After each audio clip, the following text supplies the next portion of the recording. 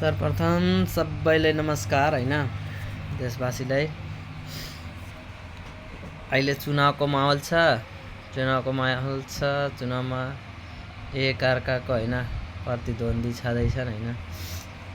तैपनि अहिले घन्टीको धेरै गरिरहेछन् के। त्यो पहिलाको एमाले, कांग्रेस, माओवादी यिनीहरू के अहिले घन्टी आयो भने तिनीहरू खान पाउँदैनन्, घोटाला गर्न पाउँदैनन् भनेर हैन त्यसको खाली गरिरहेछन्, बेइज्जत गरिरहेछन्। यस्तो छ, उस्तो छ, यो छ, त्यो छ भनेर हैन। अहिले हाम्रो परासीमा त झन् परासीमा पहिला त्यो अहिले स्वतन्त्र पार्टीमा प्रवेश गर्नुभएको छ नरेन्द्र गुप्ताजी हैन।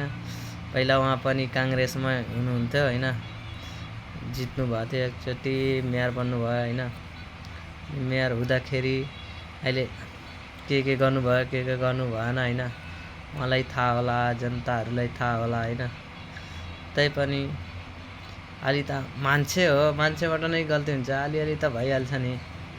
को राम्रो छ, कुन नेता राम्रो छ, केही गर्दैन भनेर, केही गल्ती काम गर्दैन, गर्छ नि, सबै गर्छन् के, अलिअलि त सबै गरिहाल्छन्।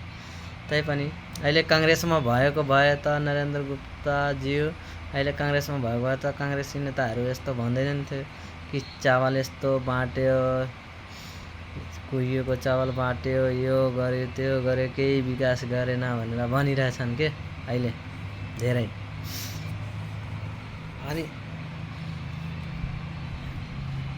अनि के हो, तिनीहरू गरे छैनन्, तिनीहरू पनि त गरिरहेछन् नि। अहिले बैजनाथ जसवालजीले पनि भन्नुभयो, यस्तो गर्नुभयो, यस्तो गर्यो, त्यस्तो गर्यो भनेर हैन। उहाँलाई पनि थाहा होला नि, यो चामल कुहिएको छ भनेर हैन। उहाँहरूलाई पनि थाहा होला नि, सबैलाई थाहा होला नि। पार्टीमा भएको सबै मान्छेहरूलाई थाहा हुन्छ नि, यस्तो छ, त्यस्तो छ भनेर। अहिले पार्टी परिवर्तन नगरेको भए त यो कुरो त कसैले भन्दैन थियो होला है। पार्टी परिवर्तन गरेपछि तुरुन्तै सबैजना भनिरहेछन् यस्तो छ, उस्तो छ। कहीँ जित्यो भने तिनीहरूको त भण्डाफोर हुन्छ हैन। त्यही भएर होला कि नरेन्द्र गुप्ता जित्नु भयो भने हैन हाम्रो पत्ता साफ हुन्छ भनेर, त्यही भएर पछि लागिरहेछन् यो देखेर। त्यही भएर जनताहरू अरूको कुरा नसुन्ने हैन, पार्टी नहेर्ने हैन, कुन पार्टी हो, घन्टीलाई दिने, कांग्रेसलाई दिने, एमालेलाई दिने, माओवादीलाई दिने, कसलाई दिने हैन, त्यो त जनताको हातमा छ हैन। मान्छे राम्रो हैन, मान्छे राम्रो हुनु पर्यो हैन, काम गर्ने हुनु पर्यो, शिक्षित हुनु पर्यो हैन। त्यस्तो के अरूले दिएर साध्य छैन। यो त नेता भनेको नेता यस्तै हुन्छन् के, एकअर्काको गर्छन् हैन, त्यो ठाउँमा पुगेपछि एउटै थालमा खान्छन् है। मेरो कुरा कस्तो लाग्यो हैन, लाइक कमेन्ट सेयर गरिदिनु होला हैन।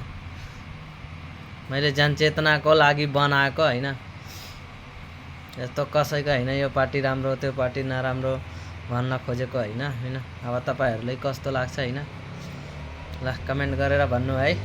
Good night, by.